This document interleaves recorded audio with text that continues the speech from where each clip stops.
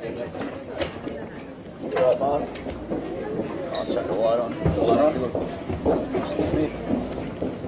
Let me know when everyone's right. TV. How's that, Mark? All right, Jack? Okay.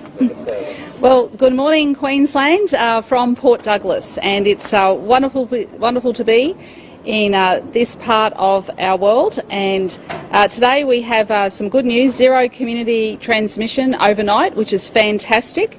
And we do have 8 new cases in hotel quarantine. I think that's one of the largest we've seen, and 6 positives from those hotel quarantine are from Papua New Guinea. So all of the measures that we announced yesterday is very timely.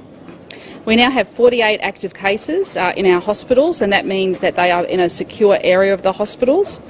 And we've had 7,500 tests over the past 24 hours. And our vaccination rates are up to 28,533, so that's a very good outcome. So this past fortnight we have recorded 55 new cases in hotel quarantine, so that's something that we need to be very much aware of. And once again, I've been very strong advocate of regional quarantine, and we're still yet to hear about that. Now today it's great to be in Port Douglas. And we're here to talk about a couple of things. And the first thing, of course, is our tourism industry recovery action plan. And I'm very pleased that Minister Hinchcliffe and the Assistant Minister Michael Healy have brought this in to Cabinet, and Cabinet has endorsed it. And what this means is we want to set up our tourism industry for the future. So once we come out of the pandemic, where are we going to be and what do we need for the future?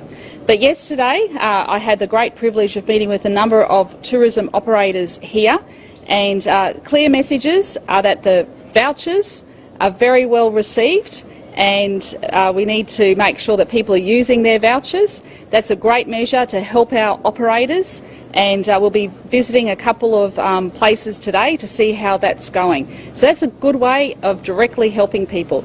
But what we also heard loud and clear yesterday is that we need to have some more staff up here in Port Douglas. So if you are anywhere else in Queensland or Australia and you're thinking about moving for work, I don't think there's a better place than Port Douglas. So have a look online, see what vacancies are around, and I'm quite sure that Mark and some of the others up here will be talking to you about the opportunities that exist to come and work in Paradise. So that's what we want to see.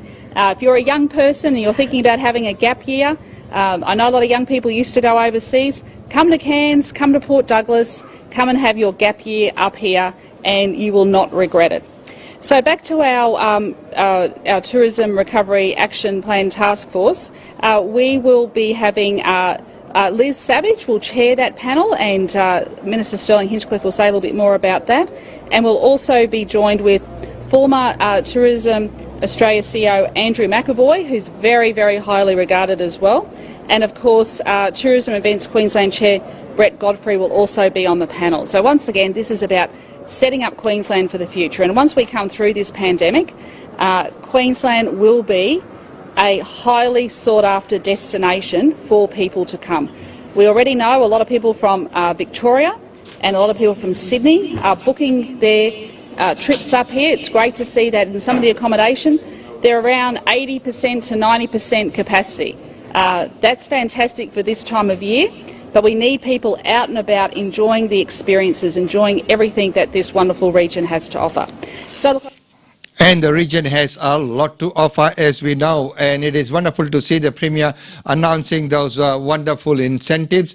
And of course, as he mentioned, that if you are looking for a job, no better place than to work in Paradise. Well, ladies and gentlemen, that's all we have time for today. Until tomorrow, it's goodbye from me. Whatever you do, please remain safe. It's so good to see you. Bye-bye now.